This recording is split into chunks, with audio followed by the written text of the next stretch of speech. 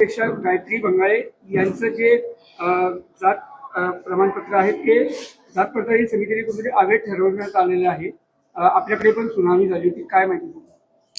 ही अर्धन्यायिक प्रक्रिया आहे. Caste validity committee जी असते त्याच्यामध्ये कुठलेही कास्ट सर्टिफिकेट हे पडताळणी केली जाते त्याची, आणि त्याचा काल रिझल्ट प्राप्त झाला आणि त्याचं इंटिमेशन आपण शासनाला तात्काळ कळवलेलं आहे.